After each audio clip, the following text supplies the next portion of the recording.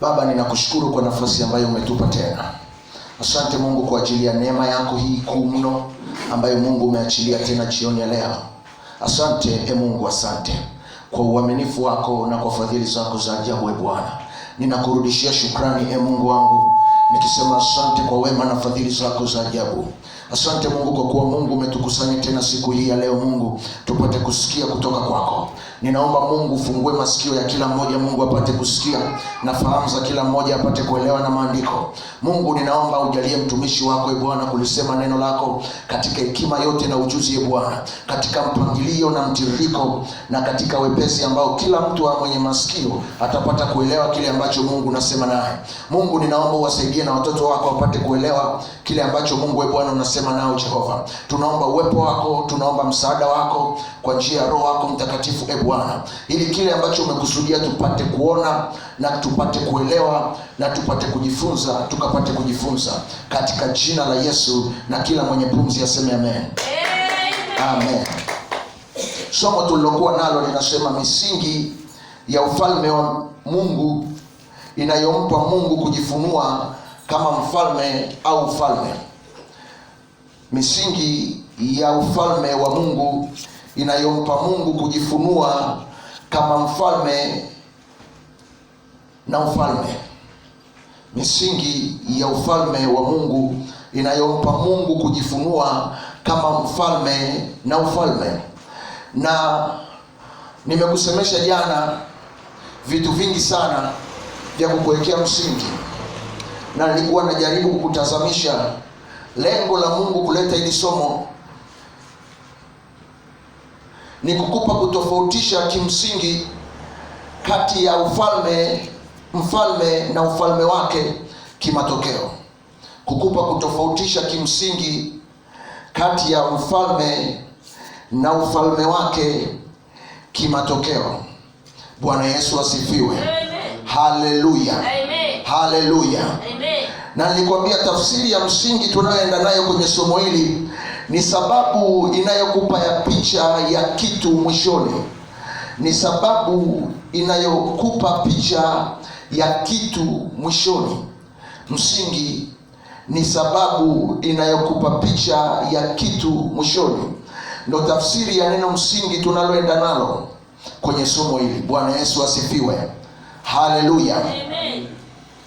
Moja ya maeneo kadhaa ambayo tumekuwa tukiyatazama na kuyaona na kuyafuatilia, tulikuwa tukijaribu kuangalia kwa habari ya namna Biblia inavyotusaidia kutofautisha juu ya mfalme na ufalme wake. Na tulikuwa tunatazama kwenye kile kitabu cha Yohana Mtakatifu sura ya 18 ule mstari wa 36. Biblia inasema, Yesu akajibu, ufalme wangu sio wa dunia hii, sio wa ulimwengu huu. Kama ufalme wangu ungekuwa wa ulimwengu huu, watumishi wangu wangenipigania nisije nikatiwa mikononi mwa Wayahudi, lakini ufalme wangu sio wa hapa. Bwana Yesu asifiwe. Haleluya. Na nikuonyesha kwenye ule mstari kitu ambacho Mungu anataka tuone. Ukisoma ule mstari unaweza ukaelewa Yesu kitu anajibu. Lile lilikuwa ni swali anajibu, lakini angalia alipoanza kulijibu alisema, ufalme wangu sio wa ulimwengu huu. Ufalme wangu sio wa ulimwengu huu. Maana yake kama alikuwa anasema ufalme wangu sio wa ulimwengu huu, maana yake ni kwamba ufalme, yeye ni mfalme. Lakini anajaribu kumwambia Pilato, shida ukiona hivi mnanisumbua, mnanizonga, ni kwa sababu tu ufalme wangu sio wa dunia hii. Mimi ni mfalme ndio, lakini ufalme wangu sio wa dunia hii. Kwa sababu Yesu alikuwa anatuonyesha kitu gani? Anatuonyesha namna ambavyo anaweza kutofautisha kati ya ufalme na mfalme. Yesu alikuwa ni mfalme, Yesu ni mfalme, lakini ana ufalme wake. Na tunapoendelea kutazama hili somo ndio eneo ambalo Mungu alitaka tutazame, lakini tafsiri yake, kitu kinachoweza kukusaidia kutofautisha hivi vitu viwili, lazima uweze kuvitofautisha kimsingi. Na ndio msingi mkubwa wa somo letu, upate kuweza kutumia misingi ya ufalme wa Mungu kukusaidia kutofautisha kati ya ufalme na mfalme. Bwana Yesu asifiwe. Haleluya, haleluya. Ili upate kuelewa, kwenye Biblia kuna mahali anasema ufalme na kuna mahali anasema mfalme, uweze kutofautisha hivi vitu kimatokeo, kwa sababu ukishindwa kutofautisha kimatokeo, sio mara nyingi sana unaweza ukaelewa. Kuna baadhi ya matokeo na kuna vitu unataka upate, unagundua kabisa uwezi ukavipata. Bwana Yesu asifiwe. Haleluya. Ukisoma kwenye Biblia kile kitabu cha Mathayo sura ya 3 mstari wa 2 na ukisoma tena ile sura ya 4 mstari wa 17, unaona Yesu na Yohana Mbatizaji wanaongea ujumbe unaofanana.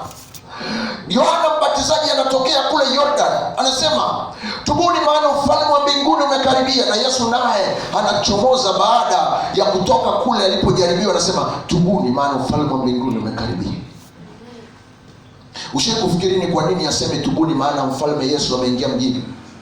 Kwa nini aseme kwa sababu ufalme wa Mungu umekaribia? Bwana Yesu asifiwe. Haleluya. Tukasoma kile kitabu cha Mathayo sura ya 6 mstari wa 33. Nilikuwa najaribu tu kukazia uweze kuona, ili uone uzito wa hili somo Mungu anapotufundisha namna ya kutofautisha, kwa sababu kuna matokeo ambayo tunayatamani, kuna vitu tunavyovitamani na uwezo ukaviona vinatokea. Ndio tunaomba, lakini ukishindwa kutofautisha hivi vitu, maana yake uwezi kuelewa namna ya kumposition Mungu au kumposition Yesu au kuposition ufalme wake kwenye nafasi ambayo inaweza ikakuletea matokeo uliyokusudia. Kwa sababu sio kila matokeo unayotaka ufalme unaweza kukupa, mfalme anaweza kukupa. Ndio maana Yesu alipokuja hajasema tubuni maana mfalme amekuja, alisema tubuni maana ufalme umekuja. Ukisoma ile Yohana Mathayo 6:33 anasema hivi, bali utafuteni kwanza ufalme wake. Hajasema mtafuteni kwanza mfalme, amesema utafuteni kwanza ufalme wake na haki yake, na hayo yote mtazidishiwa. Anajaribu kutuambia nini? Yesu anajaribu kusema hayo mnayoyatafuta yako kwenye ufalme wangu. Kwa nini hapa hajasema bali mtafuteni kwanza Yesu na hayo mengine yote mtazidishiwa? Kwa sababu Yesu kuna vitu hawezi kukupa bila ufalme wake. Bwana Yesu asifiwe. Haleluya. Nataka uone hichi kitu, kwa sababu ni eneo ambalo hatuna namna ambavyo tunaweza tukarudi kule mwanzo. Leo tuna mahali tunaenda pakubwa sana, lakini ninachotaka uweze kuona hapa ni uwezo wa kutofautisha hivi vitu kimsingi. Na nimekwambia tunaposema kutofautisha kimsingi, maana yake uwe na sababu ambayo inakupa picha ya kile unachokitofautisha. Kwa sababu ukitofautisha ufalme, uwe na sababu ambayo ndani yako inazaa picha inayokuonyesha hatima yake, inayokuonyesha matokeo yake. Bwana Yesu asifiwe. Haleluya, haleluya, haleluya. Hili ni eneo la msingi sana ambalo lakini hiyo misingi inayotusaidia kutofautisha iko ndani ya ufalme wa Mungu. Iko ndani ya ufalme wa Mungu. Iko ndani ya ufalme wa Mungu. Na ndio maana Mungu anachokitafuta tunapoendelea kutazama hili habari ni uwe na uwezo wa kutofautisha kutokea kwenye msingi. Bwana Yesu asifiwe. Haleluya. Unajua kuna vitu vingi, kuna picha ya vitu vingi sana ambavyo sio rahisi ukaona kama inavyotakiwa kuona. Sio rahisi kama ukaona kama unavyotakiwa kuona. Kwa sababu tunaposema uweze kutofautisha kimsingi, maana yake kuna position unatakiwa kukaa. Kuna ngazi unatakiwa kukaa ambayo ukitazama vitu na mnayo ukiambiwa tofautisha EA na EB, unaweza kutofautisha kutokea kwenye ngazi ya misingi, kiasi cha kwamba inakupa msingi. Hata unapotofautisha unapata tafsiri ya kimsingi ya kile kitu. Bwana Yesu asifiwe. Haleluya, haleluya, haleluya. Na hivi ni vitu vya msingi sana ambavyo nilitaka uweze kuona tunapoendelea na hili somo, kwa sababu kuna vitu vingi sana ambavyo hatuna namna tunaweza tukarudi kule. Lakini jana nilikusemesha kwamba ufalme wa Mungu, mfalme mkuu ndiye aliyeomba ufalme wake uwe msingi wa utawala wake. Maana yake ufalme wa Mungu uliwekwa kama msingi wa utawala wa Mungu mbinguni na duniani. Bwana Yesu asifiwe. Haleluya, haleluya. Hiki ni kitu cha msingi unatakiwa kuelewa, kwa sababu unajua unaweza ukafikiri hivi vitu Mungu wakati anatengeneza vile alivyoweka hewani. No. Ndio maana Mungu ili atawale hawezi kutawala bila ufalme wake. Mungu ili atawale hawezi kutawala bila ufalme wake. Bwana Yesu asifiwe. Ndio maana kabla hajaumba vitu vyote alitengeneza ufalme wake kwanza, na ule ufalme wake aliutengeneza uwe msingi wa utawala wake. Na nilikwambia anapoweka ufalme wa Mungu kuwa msingi, maana yake anaweka ndani ya ufalme wa Mungu, ndo ameweka sababu ya kile alichokiumba na utaratibu aliokuweka kuumba wa kiutawala, ili anapotawala asisukumwe na muonekano wa vitu, asukumwe na sababu ya uumbaji wa kila kitu. Bwana Yesu asifiwe. Haleluya. Ngoja nikupe mfano unaweza kuelewa kiurahisi. Unajua kuna utofauti mkubwa sana kuwa na watoto na kujua sababu ya watoto ulionao. Unaweza ukawa na mtoto usijue kwa nini Mungu kakupa huyo mtoto. Kwa hiyo usipojua na sababu, usipojua kwa nini Mungu kakupa huyo mtoto, maana yake unapoteza sababu ya msingi ya wewe kuwa na huyo mtoto. Sasa nisikilize, utapata shida sana kwenye eneo la kumsimamia na kumlea. Ndio maana Mungu alipoumba ndani ya ufalme wake kitu kimoja wapo aliweka ufalme wake uwe msingi. Maana yake ndani yake ubebe sababu ya kila alichokiumba anapokitawala, ili anapokitawala asisukumwe na muonekano wa vitu, asukumwe na sababu ya uwepo wa kitu. Bwana Yesu asifiwe. Haleluya. Na ndio maana Mungu anapotawala hatawali kwa sababu ya sura, kwa sababu ya uzuri wa kitu, ni kwa sababu anastawala kwa misingi ya sababu ya uwepo wa kitu. Bwana Yesu asifiwe. Haleluya, haleluya. Kwa hiyo jicho lake anapotazama bahari, hatazami bahari kama maji, hatazami bahari kama unavyoitazama, anaitazama kwenye jicho la sababu iliyotengeneza misingi ya kuumbwa kwake.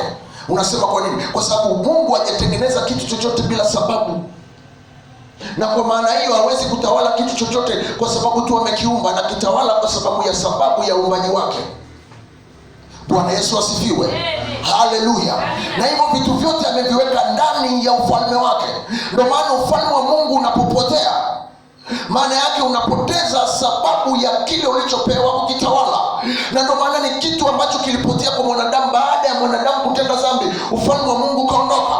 Ghafla tukapoteza sababu ya miti, sababu ya uwepo wa mwanamke, sababu ya uwepo wa mwanaume. Bwana Yesu asifiwe. Haleluya, haleluya. Hii ni siri ya ajabu sana, unatakiwa kuelewa mtu wa Mungu.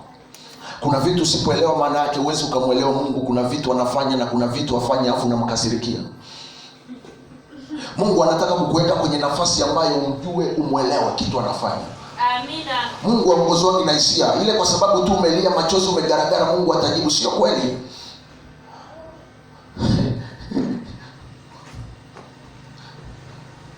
Ndio maana unaweza ukalia na kulia, Mungu anakutazama tu, akikuonea huruma anakuletea neno. Wewe unafikiri kwa nini anatutumia neno tu? Anatutumia neno ili kutuponya. Kwa nini asituponye tu bila neno? Ni kwa sababu anajaribu kukusaidia, kwambia uponyaji wangu utaratibu wake uko hivi. Sio swala la wewe kuomba, swala neno langu limeweka utaratibu gani wa kuachilia uponyaji. Sio swala la mimi kukupa gari. Ufalme wangu umeweka utaratibu gani wa kugawa utajiri na magari kwa watu wake. Ndio maana hata utajiri unapopewa una sababu yake. Bwana Yesu asifiwe. Haleluya, haleluya, haleluya. Hii ni kitu cha ajabu sana, unatakiwa kuelewa. Sasa unaweza kuelewa kwa nini mwanaume baada ya ufalme wa Mungu kupotea, hadi sababu ya mwanaume kuoa ilipotea. Ghafla mwanamke naye akabadilishiwa matumizi.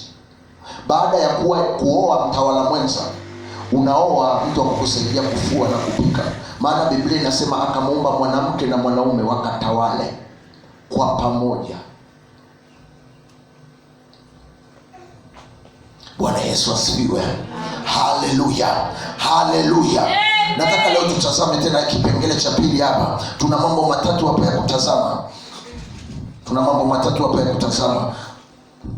Hivi ni vitu ambavyo usipojua my friend, kuna vitu ambavyo utakaa utoboe. Wanasema mtaani utoboe. Utakaa utoboe. Unajua Mungu anatutazama, anatushangaga sana. Na shetani anachokifanya, anakuzuia usije ukaona vitu kwenye Biblia. Anakufinya macho usije ukaona. Maana shida sio shetani. Watu wangu wanaangamia sio kwa sababu ya shetani, wanaangamia kwa kukosa maarifa. Fulso. Huoni shetani pale, umuoni mchawi. Ndio maana kuna vitu tunamsingizia tu. Kama angekuwa na nafasi ya kujitetea, ungemsikia anavolia machozi. Hao watu wananisingizia tu Mungu. Yaani wananisingizia tu. Mimi hata sihusiki.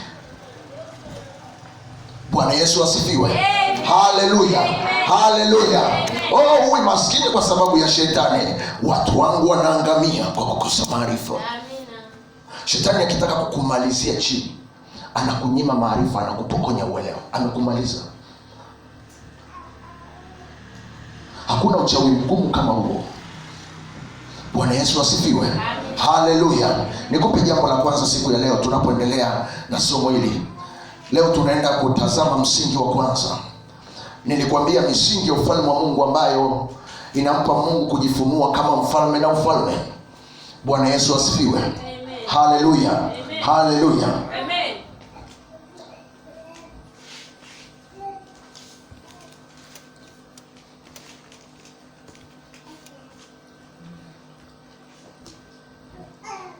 Unajua nilikuwa nasoma ile, ukisoma ile Mathayo sura ya 6 yote ile, maana Yesu alikuwa anaongea habari ya mahitaji yetu, tunapataje mahitaji. Na ilitokea kwenye swali, nakumbuka wanafunzi walichomoka, kuna kaswali kalitokea tu kule ndani, akaanza kufundisha. Sasa nilikuwa nawaza, nasema fikiria sasa, fikiria. Yaani unajua ile Yesu alikuwa anafundisha ni kama vile amemsikia mtu anaomba mahali, Mungu naomba unipe chakula, naomba unipe mavazi. Alafu anageuka anasema, usiwaze moyoni mwako ule nini uvae nini. Sasa nawaza kama majibu ya maombi, uvae nini uve nini.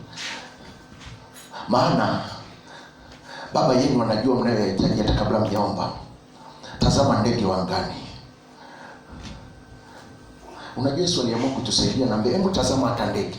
Ndege mwenyewe anakushinda. Yule jamaa anakula, anavaa, hana shida. Halimi, hapandi, hana shida. Maua angalia, haya sokoti, yanamea vizuri tu, hayana shida. Je, ninyi si bora? Si bora ninyi? Aliamua kwenda kwenye uumbaji kukutazamisha namna Mungu anavyoyapendelea maua, na yapendelea miti, anapendelea. Bwana Yesu asifiwe. Haleluya. Alafu akasema, bali ninyi utafuteni kwanza ufalme wake na haki yake, na hayo mengine yote mtazidishiwa. Hakuna sentensi ngumu kama ile, na wapenda uwaga hatuitaki kuisikia. Kwa nini? Ile sentensi inaidai uwajibikaji, inahitaji kazi. Na sisi hatutaki, tunataka tubandike kichwa, bandika mkono. Kwa jina la Yesu. Umepokea. Amina Baba. Kazi inaendelea. Hatutaki kazi, ule mstaki unataka kazi. Na unataka kazi kwa imani, ndio maana nasema utafute. Bwana Yesu asifiwe. Tafuta kwanza ufalme wake na haki yake, nayo mengine yote mtazidishiwa. Anajaribu kutuambia kwamba msinitafute mimi, tafuta ufalme wangu. Ndio maana unaweza ukamuita Yesu asubuhi mpaka jioni, kuna vitu hawezi kukupa. Anajaribu kukuambia usiwaze ule nini, uvae nini. Ndio unatafuta chakula, unatafuta mavazi, unakuja kwangu unaniambia unataka chakula. Tafuta ufalme wangu. Ndivyo vitu sijaweka viko kwangu, nimeviweka kwenye ufalme wangu. Bwana Yesu asifiwe. Haleluya. Ndio maana lazima ukishaanza kujifunza hivi vitu utaelewa kwamba kuna vitu Yesu hawezi kukupa hata kama unamwomba. Sio kwamba hawezi kukupa, lakini kwa utaratibu aliojiwekea ameviweka ndani ya ufalme wake.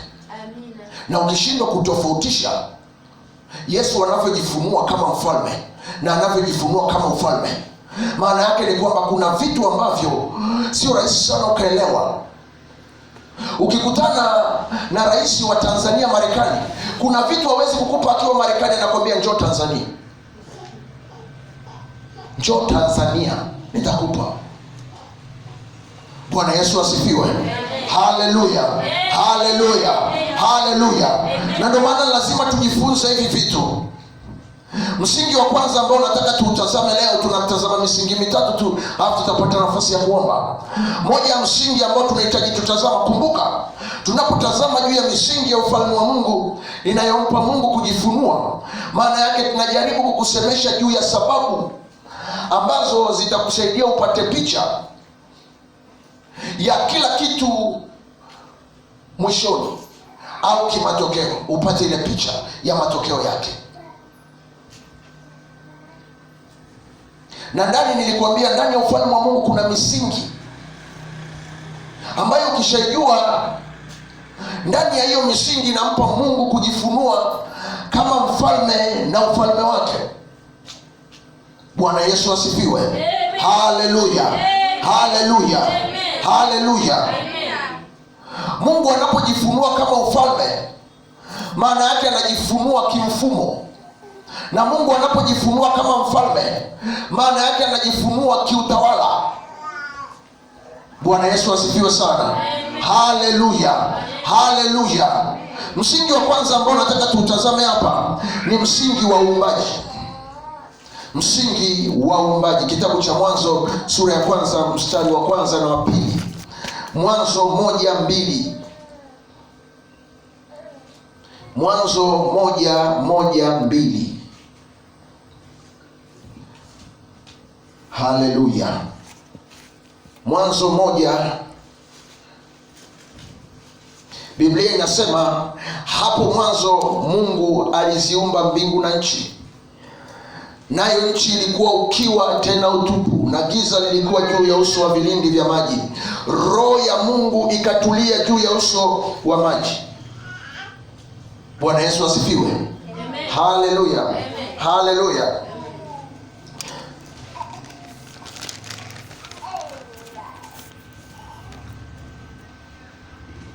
Yohana 1 mstari wa kwanza hadi wa 5. Yohana 1 mstari wa kwanza hadi wa 5. Yohana 1 mstari wa kwanza hadi wa 5. Yohana 1 mstari wa kwanza hadi wa 5. Biblia inasema hapo mwanzo kulikuwako neno, naye neno alikuwako kwa Mungu, naye neno alikuwa Mungu. Huyo mwanzo alikuwako kwa Mungu. Vyote vilifanyika kwa huyo, wala pasipo yeye hakikufanyika chochote kilichofanyika. Ndani yake ndimo ulimokuwa uzima, na ule uzima ulikuwa nuru ya watu, nayo nuru yang'aa gizani, wala giza halikuiweza.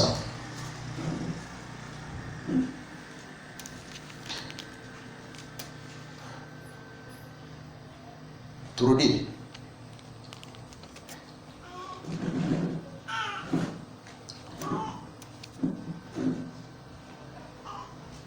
Huu ni uumbaji.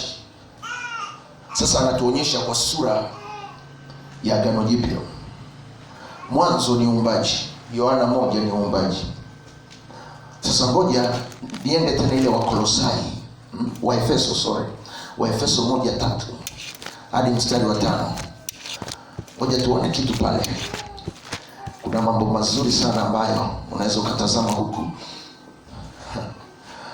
Waefeso 1:3 mstari wa 5 Efeso 1:3-5, Biblia inasema atukuzwe Mungu Baba wa Bwana wetu Yesu Kristo, aliyetubariki kwa baraka zote za rohoni katika ulimwengu wa roho ndani yake Kristo, kama vile alivyotuchagua katika yeye kabla ya kuwekwa misingi ya ulimwengu, ili tuwe watakatifu, watu wasio na hatia mbele zake katika pendo, kwa kuwa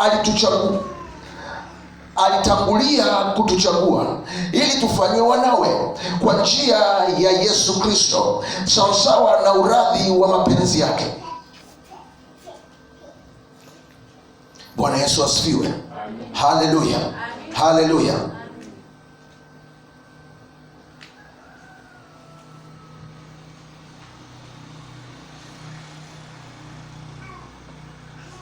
Anasema kama vile alivyotuchagua katika yeye kabla ya kuwekwa misingi ya ulimwengu.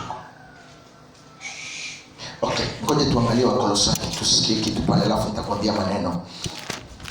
Wakolosai sura ile ya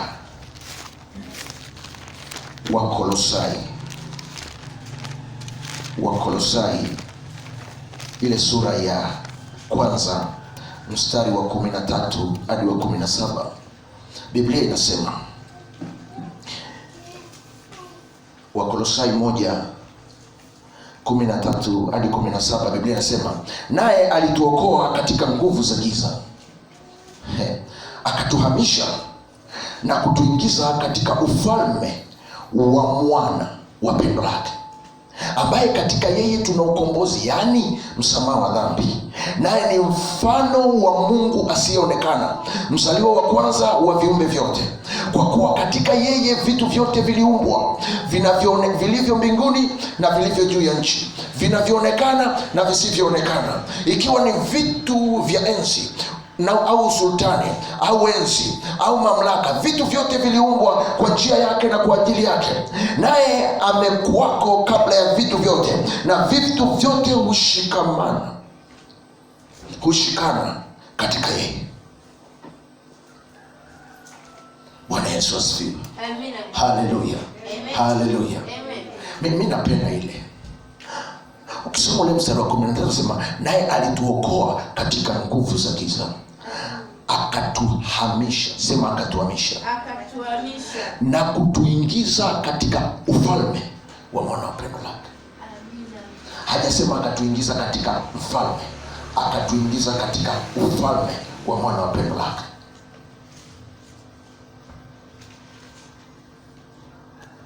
Kwa nini? Kwa sababu ndani ya ufalme ndo kuna mfalme.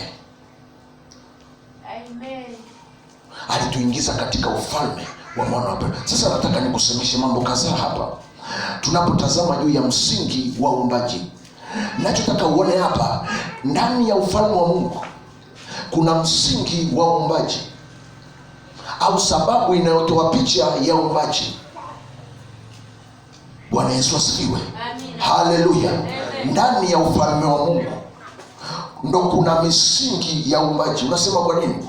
Tusingerudishwa mle maana alituhamisha kutoka katika nguvu za giza akatuingiza katika ufalme.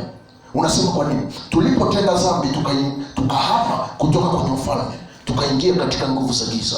Yesu alipotuokoa akatuhamisha kutoka kwenye ufalme wa giza akatuingiza katika ufalme wa mwana wa pendo lake. Unasema kwa nini? Hatukutakiwa tuwe kule, tuliumbwa kule ndani tukatumbukizwa kule. Kwa hiyo alichukua huku akatumbukizwa kwenye nini? Kwenye ufalme, sio kwa mfalme. Okay. Nachotaka uone hapa ni msingi wa uumbaji, kwa sababu ndani ya ufalme wa Mungu ndo kumewekwa misingi ya uumbaji. Na ukishajua hii misingi, inampa Mungu kujifunua kama mfalme na ufalme kwako. Sasa nitakusemesha vipengele kadhaa ndani yake.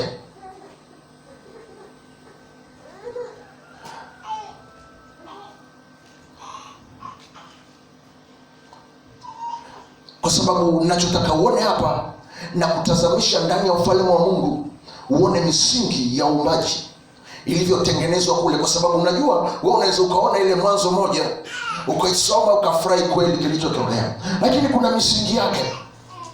Bwana Yesu asifiwe. Ndio maana ukisoma kile kitabu cha Waefeso ile sura ya kwanza pale, anasema kitu cha ajabu. Anasema kama vile alivyotuchagua katika yeye kabla ya kuwekwa misingi ya ulimwengu.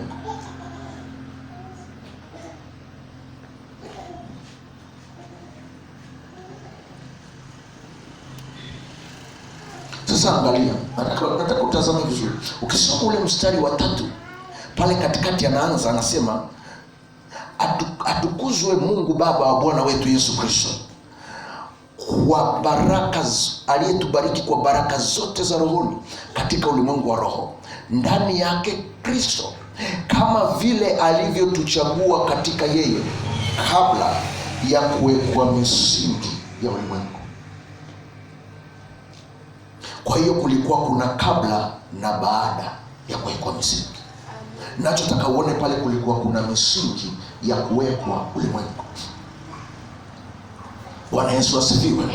Haleluya, haleluya, haleluya. Nataka uone hichi kitu ili upate kuelewa vizuri, kwa sababu kama anasema kuna misingi ya ulimwengu, maana yake ni kwamba kuna mahali ambapo Mungu aliweka misingi.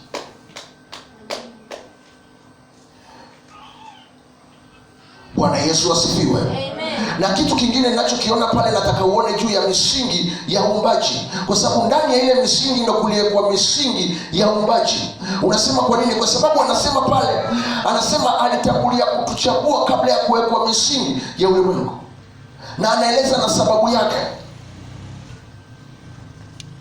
Sasa nitakutazamisha misingi ya uumbaji kwenye kupitia makundi kama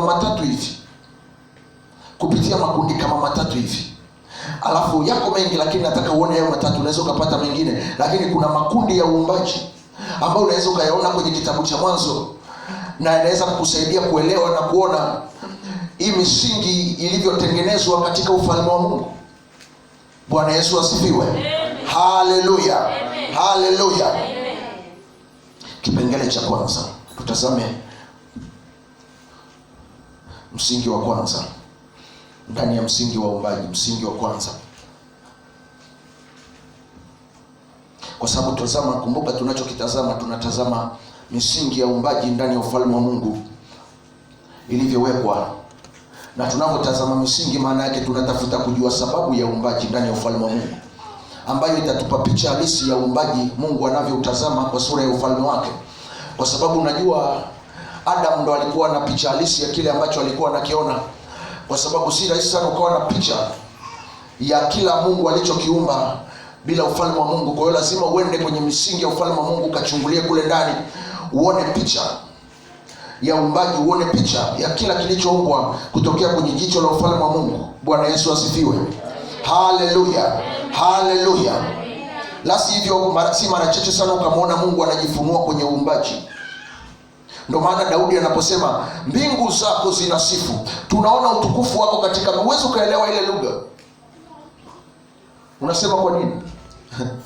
Takusemesha tu kidogo, lakini nataka tutazame juu ya msingi wa uumbaji wa mbingu na nchi ndani ya ufalme wa Mungu. Msingi wa uumbaji wa mbingu na nchi ndani ya ufalme wa Mungu.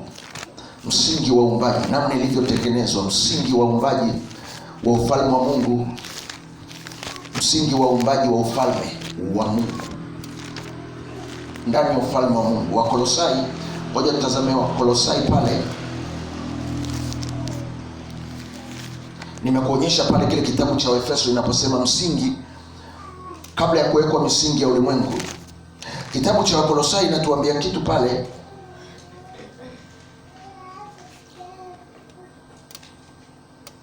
Okay, ngoja nianzie Yohana.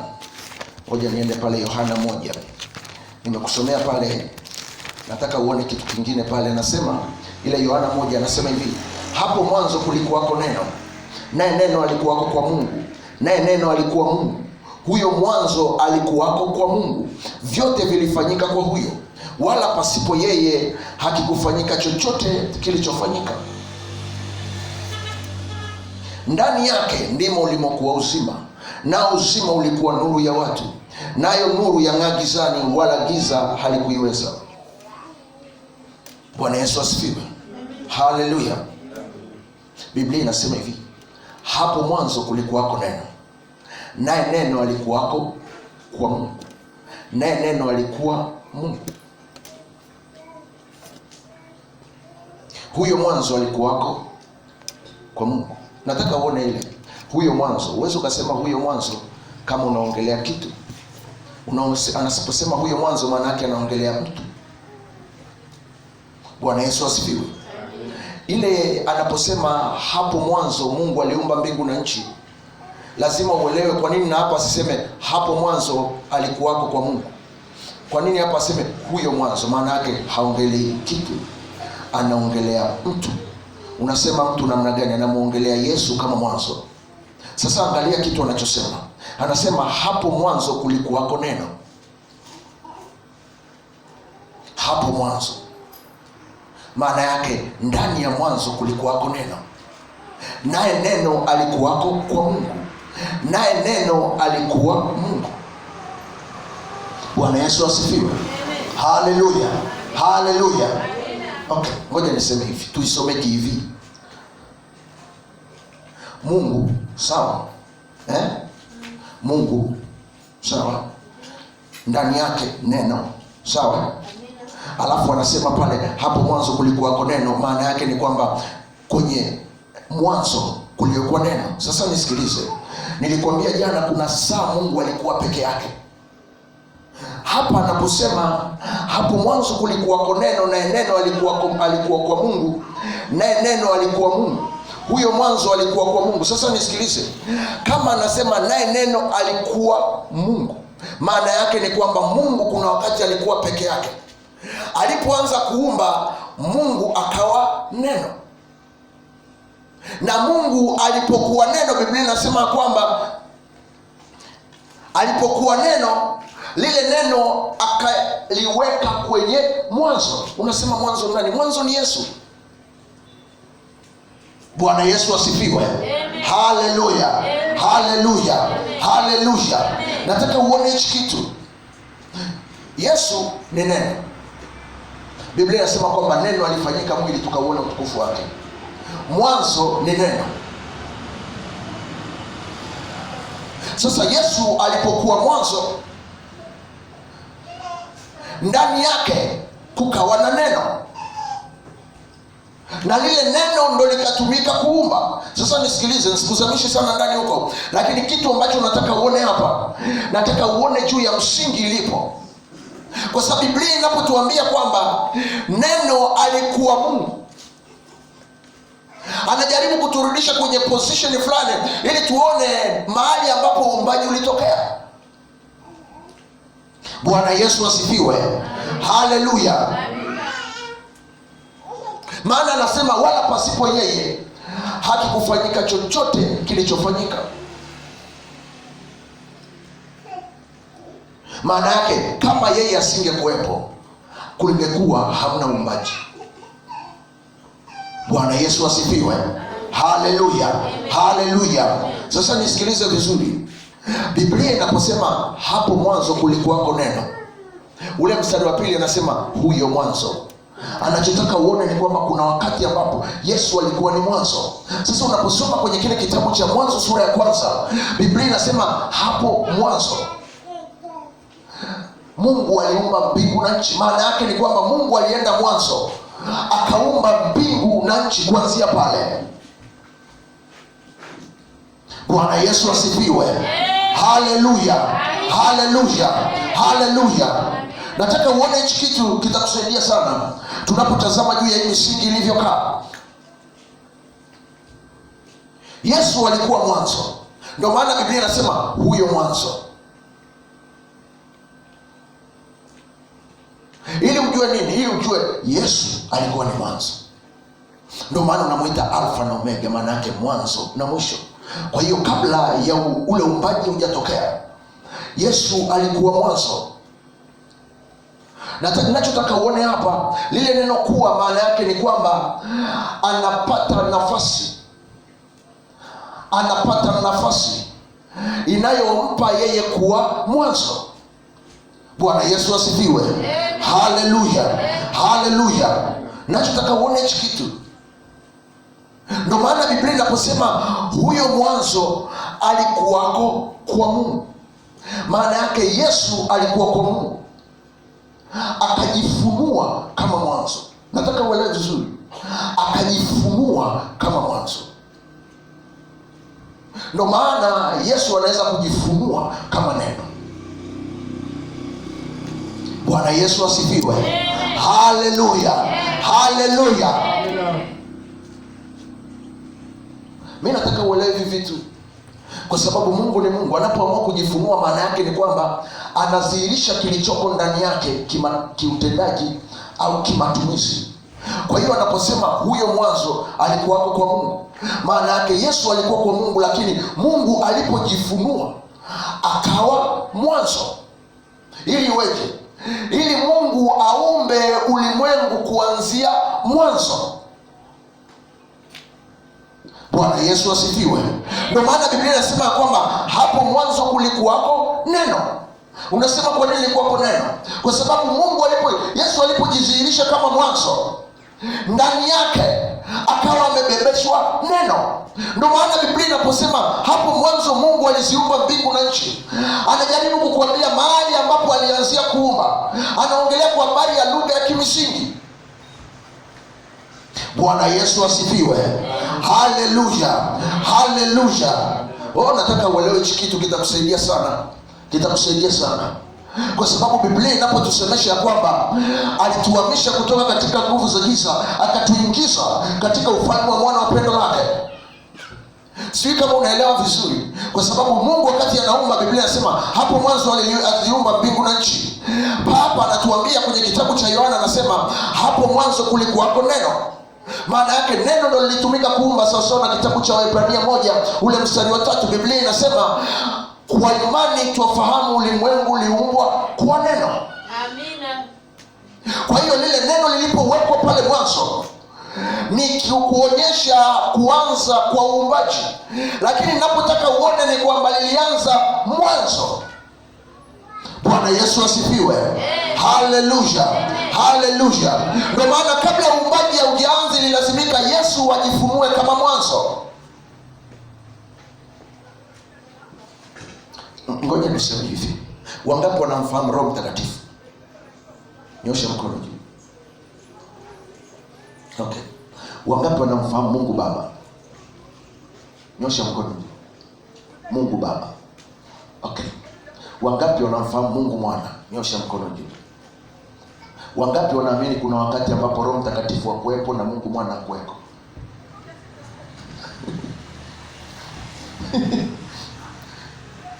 Bwana, naona mikono chini. Wangapi wanaamini kuna wakati ambapo Mungu Mwana hakuweko na Roho Mtakatifu hakuweko?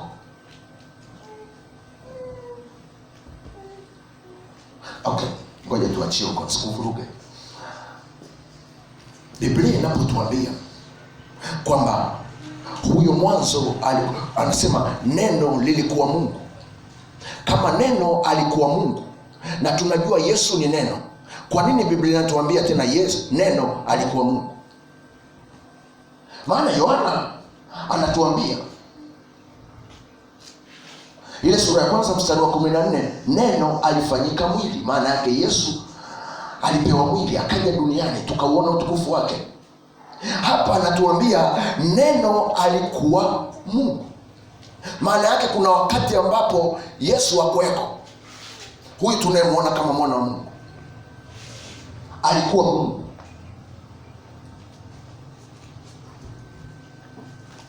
Bwana Yesu asifiwe. Haleluya, haleluya. Sasa nisikilize vizuri. Mungu aliamua kuwa Mungu Mwana kinafasi, Mungu Roho Mtakatifu kinafasi, kwa ajili ya kutekeleza majukumu ambayo amekusudia kuyatekeleza kwenye serikali yake. Bwana Yesu asifiwe. Haleluya. Ndio maana Mungu wakati anaumba, mimi nataka unielewe vizuri, hakuumba. Biblia inasema kwenye kitabu cha Wakolosai, vyote vilifanyika katika yeye, na katika yeye hakuna chochote kilichofanyika. Maana yake ndani ya Kristo kilifanyika kila kitu. Sasa nisikilize vizuri, kama ulimwengu uliumbwa mwanzo, maana yake Yesu alikuwa mwanzo, ili kwamba ndani yake pasiwe na chochote kilichofanyika nje ya Kristo. Bwana Yesu asifiwe. Haleluya, haleluya. Nataka uone inapoanzia na inapoelekea hichi kitu, kwa sababu huwezi ukaelewa kwa nini Mungu aliamua kutukomboa kutoka katika nguvu za giza akatuingiza katika ufalme wa mwana wa pendo lake. Kwa sababu ndipo tulipoumbwa kule ndani. Vyote vilifanyika katika yeye, Biblia inasema. Bwana Yesu asifiwe. Haleluya, haleluya. Maana yake ndani ya Kristo ndio kuna mwanzo na mwisho. Kwa hiyo Mungu alichokifanya, alipoweka mwanzo, Yesu alipojifunua kama mwanzo, pakawa ni mwanzo wa uumbaji. Ndio maana ndani ya Kristo unapata mwanzo na unapata mwisho wa uwepo wa ulimwengu, kwa sababu vyote viliumbwa katika yeye. Bwana Yesu asifiwe. Haleluya, haleluya. Ninachotaka uone hapa ni msingi wa uumbaji wa mbingu na nchi. Kama Biblia inatuambia vinavyoonekana na visivyoonekana viliumbwa ndani yake, maana yake misingi ya uumbaji ilikuwa ndani ya Kristo. Tunaenda sawa sawa? Bwana Yesu asifiwe. Haleluya, haleluya. Na Kristo alikuwa ndani ya ufalme wa Mungu. Ndio maana Biblia inasema kwamba alituingiza katika ufalme wa mwana wa pendo lake. Bwana Yesu asifiwe. Haleluya. Nataka upate hii picha. Nataka upate hii picha. Kwa nini? Kwa sababu ufalme wa Mungu ulianza kuwepo kabla mbingu na nchi hazijakuwepo. Kwa hiyo unapoona pale anaposema hapo mwanzo Mungu aliziumba mbingu na nchi, usifikiri anaongea kwa sababu ndo kitu cha kwanza alianza kuumba. No, alianza kuumba ufalme wake ulikuwepo, lakini ndani ya ufalme wake akaamua kufanya mbingu na nchi kuanzia kwenye eneo la mwanzo, maana yake kuanzia ndani ya Kristo. Ndio maana Biblia inasema ndani yake vilifanyika vyote vinavyoonekana na visivyoonekana. Maana yake hadi ufalme wa Mungu pia uliumbwa ndani yake. Oh, haleluya, haleluya, haleluya, haleluya.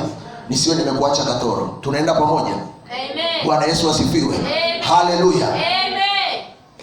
Au nimejaribu kukueleza sana ili upate kuelewa hichi kitu, kwa sababu usipoelewa hii misingi, maana yake kuna vitu ambavyo huwezi kuona. Kumbuka ninachojaribu kuambia hapa juu ya msingi wa uumbaji wa mbingu na nchi. Maana yake nataka uone sababu zilizotumika kuweka misingi ya mbingu na nchi. Kwa sababu kama hapo mwanzo Mungu ndo aliziumba mbingu na nchi, maana yake ni kwamba mbingu na nchi hazikuimbiwa hewani, zilianzia kuumbwa mwanzo. Maana yake kilichotangulia huko ni mwanzo. Kwa hiyo kama unataka kutazama na kutafuta sababu ya uumbaji wa mbingu na nchi, unataka upate picha ya mbingu na nchi zilizoumbwa, usianzie juu tu pale na Mungu anapoanza kuumba, lakini nenda kacheki ndani ya mwanzo kulikuwa kuna nini. Bwana Yesu asifiwe. Haleluya. Lakini eneo la pili la msingi ni msingi wa uumbaji wa mtu. Nimekwambia tunajaribu kutafuta ndani, ni kuonyeshe misingi ya uumbaji ndani ya ufalme wa Mungu, alafu ni kuonyeshe vipengele kadhaa vya uumbaji, kwa sababu kwenye uumbaji kumegawanyisha makundi kama matatu manne. Kwa sababu kuna uumbaji wa mbingu na nchi, kuna uumbaji wa mwanadamu, kuna uumbaji wa muda au nyakati ziliumbwa, na unaona uumbaji wa mimea, wanyama na viumbe vitambavyo. Unaona vyote viko ndani ya uumbaji. Kwa hiyo unaweza ukavigawa kwenye makundi ili niweze kukuonyesha kwa urahisi tunapotazama juu ya hii misingi, kwa sababu yote ina misingi yake. Bwana Yesu asifiwe. Haleluya. Lengo ni kwamba ni kukusaidia uweze kuona namna Mungu anavyojifunua kama mfalme na ufalme, na Mungu anavyojifunua kwenye uumbaji wake. Kwa sababu usipoelewa hii misingi, huwezi kuona namna Mungu anavyojifunua kwenye eneo la uumbaji wake. Bwana Yesu asifiwe. Haleluya. Kwa maana hiyo si rahisi sana ukamwona Mungu kwenye mbingu, sio rahisi sana ukamwona Mungu kwenye miti. Maana Daudi anaimba, anasema miti inaimba sifa zako. Miti inaimbaje sifa wakati haijui inayemwimbia? Maana yake ni kwamba kuna wakati miti inaimba na sisi hatujui kama inaimba. Anasema bahari na isifu. Maana yake bahari inaweza kusifu. Inasifuje? Inamsifuje isiyemjua? Maana yake inajua ilipotokea na kazi iliyopewa kufanya. Bwana Yesu asifiwe. Haleluya, haleluya, haleluya. Ndio maana najaribu kusemesha hichi kitu ili uone ilipotokea, kwa sababu kama vyote viliumbwa katika yeye, maana yake viliumbwa vimtumikie yeye. Amina. Kwa hiyo kama unadhani kwamba mwanadamu ni mtumishi peke yake, wrong number. Wa mtani unasema umebuki. Miti inamtumikia Mungu, mawe yanamtumikia Mungu. Ndio maana kuna wakati Yesu alitaka kuambia msinitishie, msiposifu haya mawe yatasifu. Niliyatengeneza nikayaekea ndani yake uwezo wa kunisifu na kunipa sifa.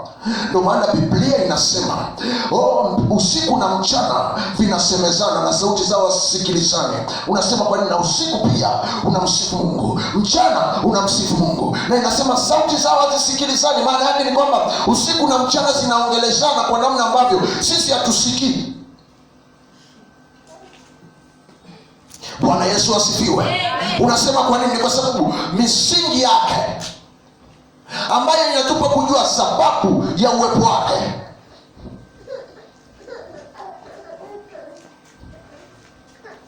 Bwana Yesu asifiwe. Haleluya, haleluya. Hiki ni kitu kikubwa sana ninachotaka uone, kwa sababu ikiwa ndani ya Kristo, maana yake ndani ya ufalme wake hivi vitu vilitengenezwa. Maana yake nataka uone juu ya sababu ya uwepo wake.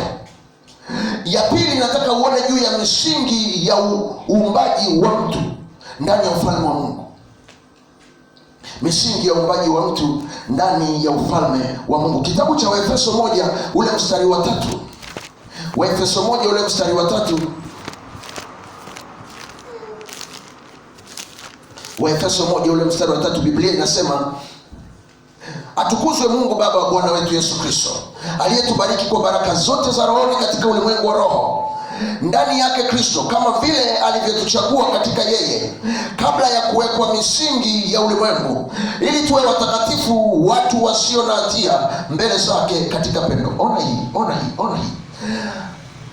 Alitubariki kwa baraka zote za rohoni katika ulimwengu wa roho, ndani yake Kristo. Katika ulimwengu wa roho, ndani yake Kristo. Alafu angalia, kama vile alivyotuchagua katika yeye kabla ya kuwekwa misingi ya ulimwengu. Alituchagua katika yeye. Nataka uone hii, kabla ya kuwekwa misingi ya ulimwengu, maana yake kabla dunia haijaumbwa. Anataka tuone nini? Anataka tuone misingi ya uumbaji wetu ilipotokea. Halafu angalia, alitutengeneza ili iwe. Angalia, anasema ili tuwe watakatifu, watu wasio na hatia mbele zake katika pendo. Siku moja wakati niko mahali na nilikuwa najaribu kusema na watumishi wa Mungu juu ya misingi ya utumishi ambao Mungu alitupa, na nikawa najaribu kuwaelezea juu ya neno utakatifu. Wengine walishangaa sana, nikawaambia utakatifu haina maana tu ya kutokuwa na dhambi. Nikawaambia kila mtu aliumbwa ni mtakatifu mbele za Mungu, kila mtu. Si Biblia inasema alituchagua katika yeye kabla ya kuwekwa misingi? Ili lile neno ili linaelezea sababu, ili tuwe watakatifu. Sababu yetu kutuchagua ni ili tuwe watakatifu.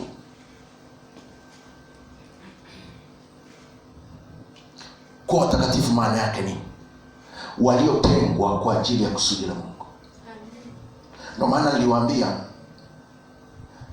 kwangu mimi swala sio dhambi. Mtakatifu kimsingi ni mtu aliyetengwa kwa ajili ya kusudi la Mungu. Kwa hiyo mtu yoyote ambaye amesimama kwenye nafasi yake ambayo Yesu amempa hawezi kutenda dhambi. Hawezi. Dhambi ni matokeo ya dislocation.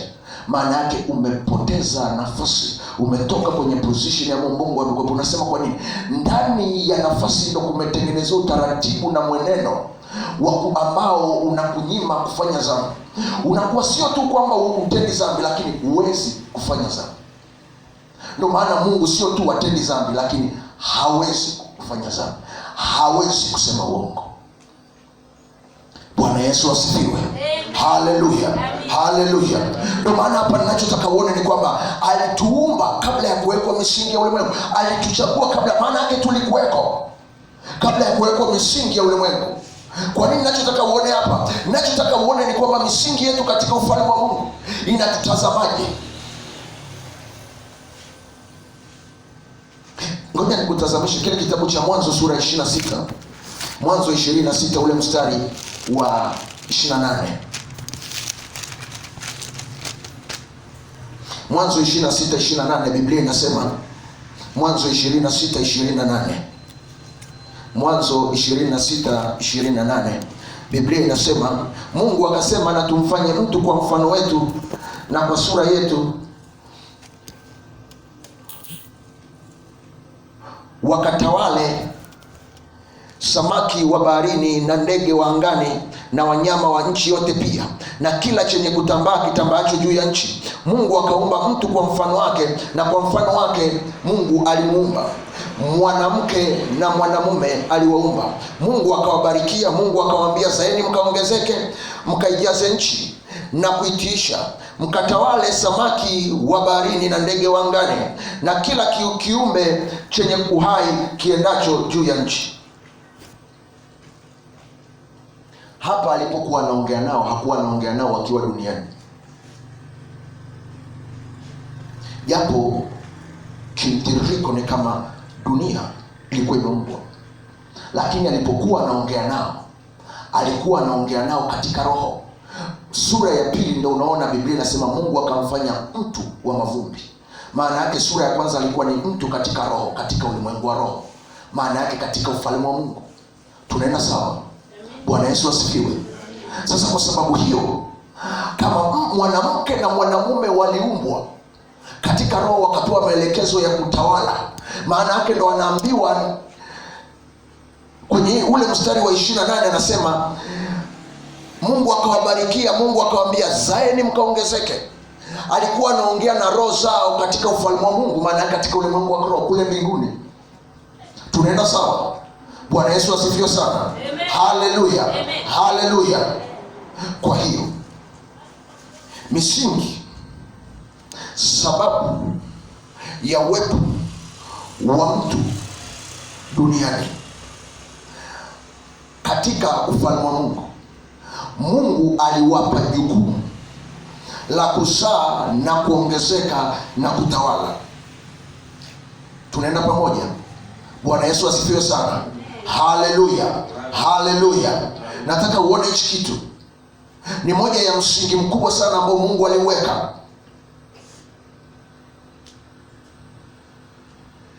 Kwa sababu usipoelewa hichi kitu na msingi wake, Biblia inasema alitubariki katika Kristo Yesu katika ulimwengu wa roho. Maana yake kama alikuwa anaongea roho, maana yake ili ujue msingi wa uumbaji wa mtu katika ufalme wa Mungu ni katika roho kwanza.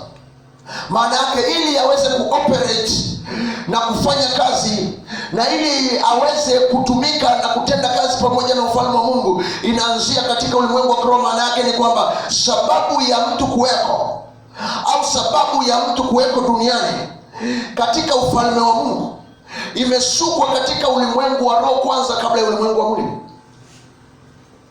Bwana Yesu asifiwe. Haleluya, haleluya. Maana kule ndo ambapo mwanadamu unaona anapewa baraka, halafu anaambiwa katawale, kazaeni mkaongezeke. Kwa sababu hii, ukishatazama uumbaji wa mtu kutokea kwenye sura hii, inakupa picha ya mtu Mungu aliyemkusudia katika ufalme wake. Bwana Yesu asifiwe. Haleluya. Ndio maana ufalme wa Mungu unapokuja, moja ya kitu ambacho inabadilisha lazima ikubadilishie hichi kitu. Maana yake uanze kuoperate kutokea kwenye ngazi ya kimsingi. Maana yake uzai kimwili, unazaa kiroho kwanza. Unatazama tu unajua kabisa umepewa kutawala. Ndio maana Biblia inasema hakuanza kusema kwanza mkatawale, alisema zaeni mkaongezeke mkatawale.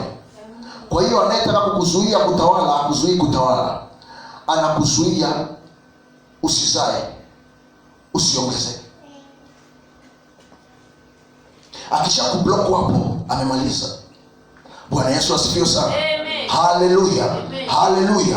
Nataka uone namna Mungu alivyotengeneza, na hivi vyote viko ndani ya ufalme wake. Ndio maana mwanadamu alipoletwa duniani hakuja peke yake, japo ulimwengu aliyokabidhiwa alipewa yeye ndo mtawala, yeye ndo alipewa kusimamia, lakini Mungu hakukusudia atawale peke yake. Unasema kwa nini? Kwa sababu angekosa msingi ambao umebeba sababu ambayo imempa yeye kuwa mtawala duniani. Unasema kwa nini? Kwa sababu maelekezo aliyopewa ya kutawala alipewa katika ufalme wa Mungu, katika ulimwengu wa kiroho. Maana yake yale maelekezo ya kutawala, ya kuzaa na kuongezeka, misingi yake iliwekwa katika ulimwengu wa roho. Bwana Yesu asifiwe. Na ndio maana mwanadamu alipokuja duniani alikuja na ufalme wa Mungu. Unasema kwa nini? Hakuruhusiwa kutawala peke yake. Kwa nini? Kwa sababu maelekezo ya kutawala hakupewa duniani, alipewa mbinguni katika roho. Na kwa sababu hiyo hata misingi itakayomsaidia kutekeleza hicho kitu na kuona hicho kitu kikifanya kazi, ni lazima afanye kazi ndani ya ufalme wa Mungu. Maana yake ndiko ambapo anapata msaada ambao unamsaidia kutekeleza kile ambacho amepewa kutekeleza. Na maana Biblia inasema inamuita Mungu ndiye mfalme mkuu. Kwa nini? Kwa sababu Adamu alipokuja alipewa title ya mfalme, hasingeweza kutawala peke yake. Kwa nini? Kwa sababu title aliyopewa kama mfalme anatakiwa afanye kazi chini ya mfalme mkuu, na mfalme mkuu amebeba hiyo title katika ufalme wa Mungu. Bwana Yesu asifiwe. Haleluya. Na ndio maana mbingu, mwanadamu alipotenda dhambi, ufalme wa Mungu ukaondoka. Na ufalme wa Mungu ulipoondoka akapoteza sababu. Na kwa hiyo hata vile ambavyo alikuwa na vitawala, ghafla akawa amepoteza na macho ya namna anavyovitazama. Namna, ndio maana unaweza ukaelewa mpaka leo kuna namna ambavyo unatazama maisha yako, unatazama vitu vinavyokuzunguka, unatazama mazingira yako. Bwana Yesu asifiwe. Haleluya, haleluya. Unaelewa ni kwa nini Yesu alimwambia Herode, akamwambia ufalme wangu sio wa dunia hii. Kama ungekuwa wa dunia hii ningeita askari wakanisaidia. Kwa nini? Ni kwa sababu kuna vitu shetani anakufanyia kwa sababu anajua ufalme wako hauko. Bwana Yesu asifiwe. Haleluya. Kuna vitu shetani anakufanyia ni kwa sababu anajua ufalme wako hauko. Una jeuri. Wayahudi, Yesu alikuwa anajaribu kusema watu wananivuruga hapo, usizani wananivuruga tu, ni kwa sababu ufalme wangu sio wa dunia hii. Kama ungekuwa ufalme wangu ni wa dunia hii, ningeita askari wakacharaza viboko na hakuna mtu angeweza kunigusa. Lakini kwa sababu sio ufalme, ndio maana unaona wananivuruga hivi, wananifanya wanavyonifanya, wananileta kwako, wananifanya usizani nini. Hii kitu ni kwa sababu ufalme wangu hauko. Ndio maana unaweza ukaelewa ufalme wa Mungu usipokuwepo kwenye eneo, kuna vitu shetani ana uhuru wa kufanyia na una jeuri ya kumzuia. Bwana Yesu asifiwe. Haleluya, haleluya, haleluya. Ndio maana ufalme wa Mungu ukishakuja, ghafla picha ya mtu inabadilika, kwa sababu ndani ya ufalme wa Mungu ndio tumepewa kumiliki na kutawala. Uweze ukatawala nje ya ufalme wa Mungu, uweze ukamiliki nje ya ufalme wa Mungu. Maana yake kule ndio kumewekwa misingi ya kukusaidia ili uweze kutawala. Unasema kwa nini? Biblia inasema ya kwamba misingi ikiharibika mwenye haki atafanya nini? Haina maana una cha kufanya, lakini unashindwa mahali pa kuanzia, unashindwa starting point. Bwana Yesu asifiwe. Haleluya, haleluya, haleluya. Ndio maana unaweza ukatafuta chochote unachokitafuta, lakini kwa sababu unajikuta huna sababu ambayo unasimamia kukusaidia kutafuta kile unachokitafuta. Bwana Yesu asifiwe. Haleluya, haleluya. Okay, ngoja nikusemeshe hiki jambo lingine, nitakusemesha kesho, lakini ngoja nikusemeshe hili moja hapa. Msingi wa uumbaji wa muda. Nilikuwa nakusemesha tu vipengele hivi vichache, alafu tupate nafasi, lakini nataka uone hichi kitu. Msingi wa uumbaji wa muda ndani ya ufalme wa Mungu. Kwa sababu unajua, wakati mwingine usipojua na usipoelewa hivi vitu, uweze ukaelewa vitu vingapi ambavyo unanyimwa ufalme wa Mungu usipokuja.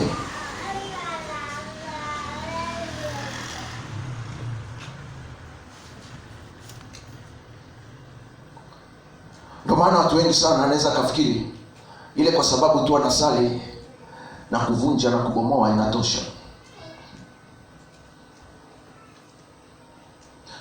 Yesu angeamua kupambana na kina Herode, kina Farao, kila Pilato na kuwakemea na Wayahudi, na angechoka.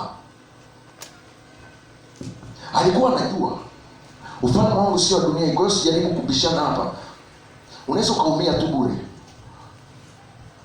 Ndio maana kuna vita ukishaanza kupigana kwenye eneo ambalo ni ufalme wa giza, kuna hali fulani ambayo, kuna vita ambayo si vyepesi sana ukashinda. Utakuwa na vita asubuhi mpaka jioni, alafu haishaji. Bwana Yesu asifiwe. Haleluya, haleluya. Unajua, usipokuwa na hii picha, kuna vitu vingi sana shetani atakuvuruga. Ndio maana unaweza ukaelewa ya kwamba msingi wa mtu wa kuzaa na kuongezeka ipo kwenye ufalme wa Mungu. Mungu ndipo alipoiweka, ndipo tunapopatia ile misingi na sababu yake ya sisi kuzaa. Misingi ya kuongezeka ipo kule, misingi ya kimalezi iko kule. Mungu ndipo alipoitengeneza. Unasema kwa nini? Kwa sababu unajua kuna vitu vingi sana usipoelewa unaweza kukuvuruga sana. Ndio maana shetani akishawahi akiweka misingi ya ufalme wa giza kwenye maisha yako na kwenye ukoo wako, ni ngumu sana hata kulea watoto ukaona matokeo ya ufalme yanachipuka kwenye maisha yao. Unasema kwa nini? Kwa sababu kuna vitu unajaribu kumchomekea watoto hewani tu, hujajua kwamba vina misingi yake katika ufalme wa Mungu. Na usipojua namna ya kuachilia ufalme wa Mungu uje na kusaidia kutembea katika ufalme wa Mungu na misingi yake, kuna vitu ambavyo katika malezi itakuwa ngumu sana kuviachilia. Na kwa sababu hii, kuna aina ya maisha unayotamani kuiona kwa watoto, unayoiona kwenye Biblia, haiwezi kutokea. Unasema kwa nini? Ina misingi yake. Bwana Yesu asifiwe. Haleluya, haleluya. Ndio maana akishawahi akikupokonya hicho kitu, na shetani alijua. Ndio maana unaweza ukaelewa Adamu alipotenda dhambi, Biblia inasema wakaanza kula kwa jasho na mwanamke akazaa kwa uchungu. Haukuwa mpango wa Mungu katika misingi ya ufalme wa Mungu. Hicho kitu hakikuweko, sio kwa namna hiyo Mungu alikusudia. Bwana Yesu asifiwe. Haleluya, haleluya, haleluya. Ndio maana unaweza ukaelewa hata swala la mwanaume kumtawala mwanamke ni adhabu. Mimi sijui kama unajua hicho kitu. Mwanaume kumtawala mwanamke ni adhabu. Kwa hiyo ukisoma wakati Mungu anatoa adhabu alisemaje? Na tamaa yako itakuwa juu ya mume wako, naye atakutawala. Kwa hiyo anatumia kitu gani? Anatumia tamaa. Unasema kwa nini? Unaweza ukajiremba asubuhi mpaka jioni kwa ajili ya nani? Mwanaume tu.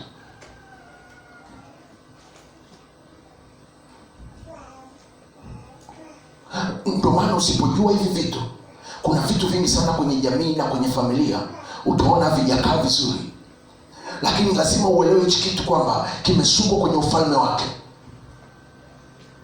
Ndio maana unaweza ukaona ufalme wa Mungu kujifunua kama ufalme wake, unaweza ukapata shida sana. Mungu anashindwa kujifunua. Unasema kwa nini? Misingi imevurugwa.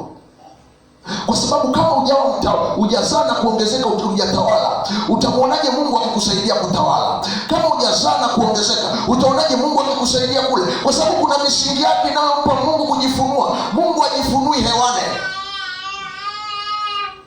Misingi ikivurugwa inamnyima Mungu Ndiyo amekupa kutawala, lakini hajakupa kutawala peke yako. Amekupa kutawala kwa msaada wa ufalme wake. Bwana Yesu asifiwe. Haleluya, haleluya, haleluya. Na kwa sababu hiyo misingi ikishafurugwa, maana yake ni kwamba ni ngumu sana kumwona Mungu akijifunua. Na kwa sababu hiyo unashindwa na kutofautisha Mungu amejifunua kama mfalme au kama ufalme. Unasema kwa nini? Kwa sababu kuna utofauti wake.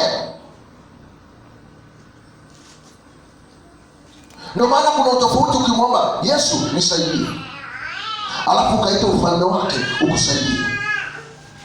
Kwa nini? Mungu akikusaidia, akikupa chakula, yeye kama yeye, ukimwomba akupe chakula, atakupa chakula cha leo. Ufalme wake kukupa chakula, unakupa chakula cha kila siku. Unasema kwa nini? Kasome kitabu cha Isaya, kitabu cha Mathayo 6 kuanzia mstari wa 9. Anasemaje? Utupe leo riziki yetu ya kila siku. Yale sio maombi, Mungu ndo anayekupa. Ufalme wake ndo unakupa. Ndio anasema Baba yetu uliye mbinguni, jina lako litukuzwe, ufalme wako uje, mapenzi yako yatimizwe hapa duniani kama huko mbinguni. Utupe leo riziki yetu ya kila siku. Kwa nini? Kwa sababu riziki ni mfumo. Kwa hiyo ufalme wa Mungu ni mfumo wa Mungu kuwapatia watoto wake riziki. Bwana Yesu asifiwe. Kwa hiyo ufalme wa Mungu unapokuja, automatically unatengeneza mfumo ambao unakusaidia kupata riziki.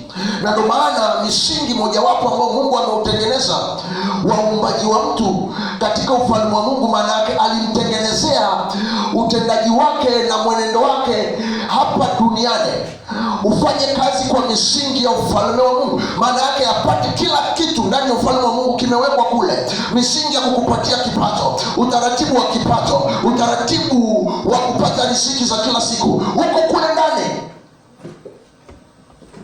Bwana Yesu asifiwe. Haleluya, haleluya. Na ndio maana kuna vitu vingine unaweza ukastruggle sana juu ya mchi, lazima uombe ufalme wa Mungu uje. Bwana Yesu asifiwe. Haleluya, haleluya, haleluya. Eneo la mwisho hapa ni kusemesha ni msingi wa uumbaji wa muda. Ukisoma kile kitabu cha Mwanzo, Biblia inasema hapo mwanzo Mungu aliumba mbingu na nchi. Maana yake ni kwamba aliumba muda. Mwanzo ni muda. Kabla hajaumba kila kitu aliumba muda. Unasema kwa nini muda haukuweko? Kwa nini muda haukuwepo? Ufalme wa mbinguni hauna muda, una kitu kinaitwa umilele. Muda ni fraction, ni kipengele cha umilele chenye mwanzo na mwisho. Kwa hiyo Mungu kabla hajaumba mbingu na nchi aliumba muda ambao ndani yake utabeba mbingu na nchi, na ndani ya muda alitengeneza majira na nyakati. Ndio maana anasema kila jambo lina wakati wake. Kwa nini? Muda uliwekwa kwa ajili ya kila kitu ambacho Mungu amekikusudia. Kwa hiyo Mungu alipotengeneza muda, hakutengeneza muda kwa sababu tu alitengeneza. Kwa sura ya kwa misingi ya ufalme wa Mungu, muda ulitengenezwa kama kibebeo cha kusudi la Mungu au mpango wa Mungu. Ndio maana Mhubiri anaandika, anasema kwa kila jambo kuna wakati wake. Kwa hiyo kila kitu unachokiona kwenye hili dunia umetengenezewa muda wake. Na ndio maana ufalme wa Mungu unapokuja mahali, kitu cha kwanza kinachoachiliwa pale, maana yake ni kwamba kubadilika kwa mpangilio wa matumizi ya muda. Ndio maana Biblia inaposema kwamba mapenzi yako yatimizwe kama huko mbinguni. Waefeso wanasemaje? Msienende kama watu msiona hekima, mkiukomboa wakati, maana nyakati hizi ni za uovu. Bali mfahamu ni nini yaliyo mapenzi ya Mungu. Kwa sababu hiyo msio wajinga, bali mfahamu ni nini yaliyo mapenzi ya Mungu. Kwa nini mapenzi ya Mungu? Kwa sababu mapenzi ya Mungu yamebebwa na muda. Mtu akishakuvuruga muda, amekuvurugia kitu cha kukusaidia kuyafanyia mapenzi ya Mungu. Kwa hiyo kila jambo unaloliona Mungu amelitengenezea muda. Kwa hiyo kwenye uumbaji, moja ya msingi wa ufalme wa Mungu wa muda umewekwa kwenye kusudi la ufalme wa Mungu. Haujawekwa hewani. Unasema kwa nini? Kwa sababu Biblia inasema Kila jambo lina wakati wake. Maana yake kabla Mungu hajafikiri juu ya muda, aliweka mpango wa maisha yako toka mwanzo hadi mwisho, alafu akaupa muda. Kwa hiyo maisha yako yamegawanyika kulingana na muda. Ndio maana muda wa maisha yako, kama umepewa miaka 30 ya kuishi duniani, ndani yake umepewa majukumu na kazi za kufanya. Kwa hiyo toka mwaka wa kwanza hadi mwaka wa pili una kazi yake. Ndio maana ufalme wa Mungu unapokuja unashughulika na misingi ya muda. Ufalme wa giza ukija unavuruga muda. Ndio maana Yesu anasema fanyeni kazi angali ni mchana, giza linakuja. Unasema kwa nini? Muda ukivurugwa unakosa na cha kufanya, unashindwa kufanya unachotakiwa kufanya. Ndio maana mahali ambapo ufalme wa giza umeweka mizizi yake, ni ngumu sana kutunza muda. Ndio maana mnaweza mkajikuta kanisani mna struggle sana kwenye eneo la muda. Bwana Yesu asifiwe. Haleluya, haleluya. Watu wengi hawajajua kwamba muda ni swala la kimfumo, na ufalme wa Mungu ulitengenezwa kwa namna. Maana yake Mungu alipoumba ulimwengu akatengeneza na muda, hakuumbia hewani.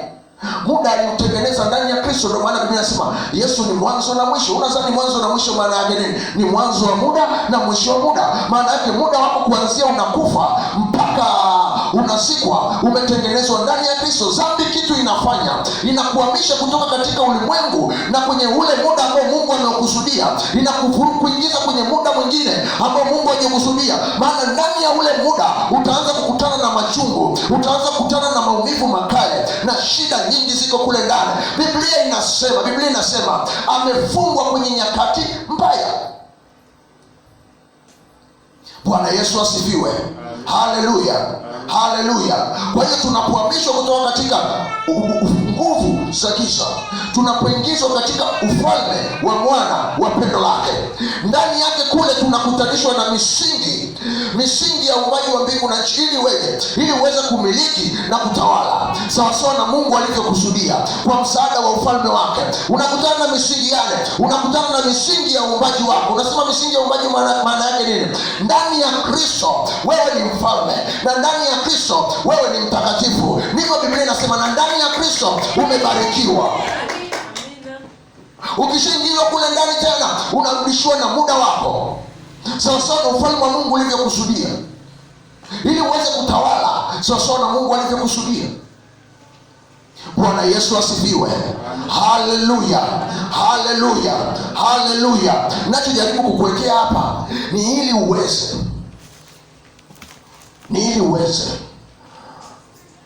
kuomba juu ya ufalme wa Mungu uje. Unajua ni vitu vingi sana unaweza ukawaza moyoni mwako, namna vilivyokaa, namna vinavyoenda, ukafikiri ni vitu ambavyo viko hewani. No, ni vitu ambavyo vina misingi yake. Ndio maana lazima ujifunze kuelewa hichi kitu.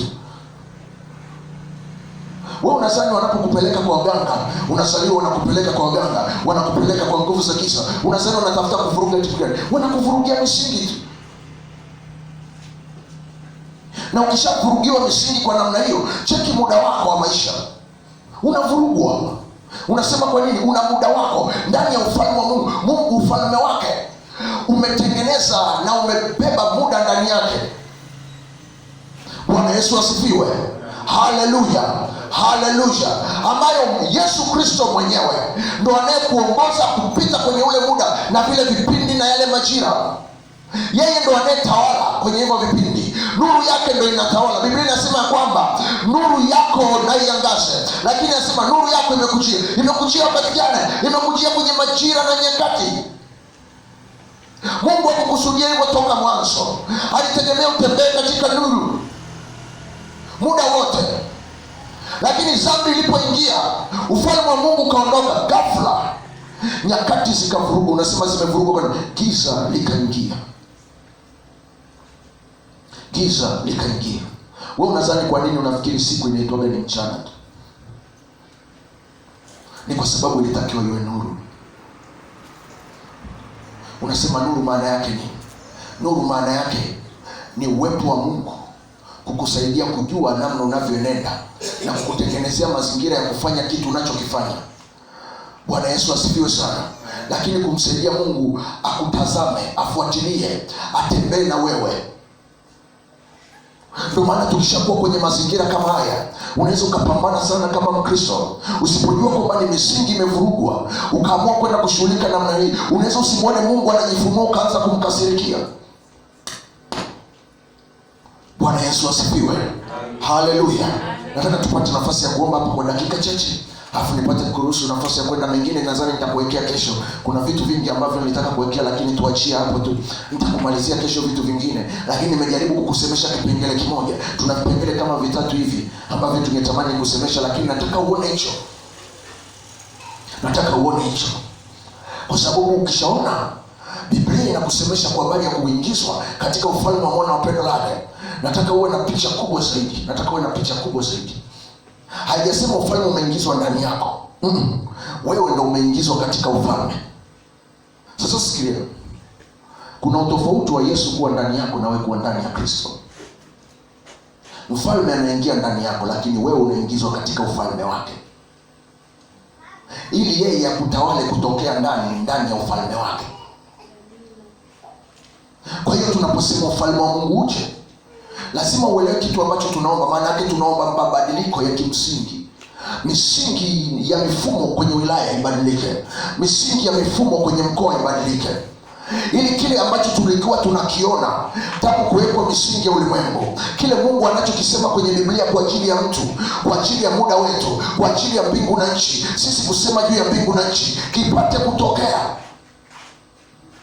Bwana Yesu asifiwe. Haleluya, haleluya, haleluya. Daudi alikuwa anaandika, anasema wakati anaomba kwa ajili ya nafsi yake imekataa kufarijika, anaiambia miti na imbe. Kwa nini miti na imbe? Ni kwa sababu miti na yenyewe inaweza kumwimbia Mungu. Unasema kwa nini? Alikuwa anajua namna ambavyo Mungu anaweza kujifunua kupitia sifa za miti na sifa za bahari. Biblia inasema kwamba mbingu zinatangaza uwezo wako, zinatangaza fadhili zako, zinatangaza utukufu wako, zinatangazia kutokea wapi? Kutokea kwenye ufalme wake. Bwana Yesu asifiwe. Haleluya, haleluya, haleluya. Unasema kwa nini? Kwa sababu mbingu zilikuwa upande. Biblia Daudi anaposema kwamba miti na isifu, maana yake zisimame upande wake, zisimame upande wake. Ufalme wa Mungu unapokuja, miti itasimama upande wako, ardhi itasimama upande wako, mbingu zinasimama upande wako. Unasema kwa nini? Ili wakati unamtumikia Mungu, mumtumikie Mungu kwa pamoja, na ndiyo mapenzi ya Mungu aliyokusudia. Ufalme wa Mungu unapokuja na unapotenda kazi pamoja nao, ni ili kukusaidia. Miti ishirikiane na wewe unapomtumikia Mungu, ardhi itumikie na wewe unapomtumikia Mungu, mbingu zishirikiane na wewe unapomtumikia Mungu, bahari ishirikiane na wewe unapomtumikia Mungu. Ndio unaweza kuelewa mpaka leo tuna struggle.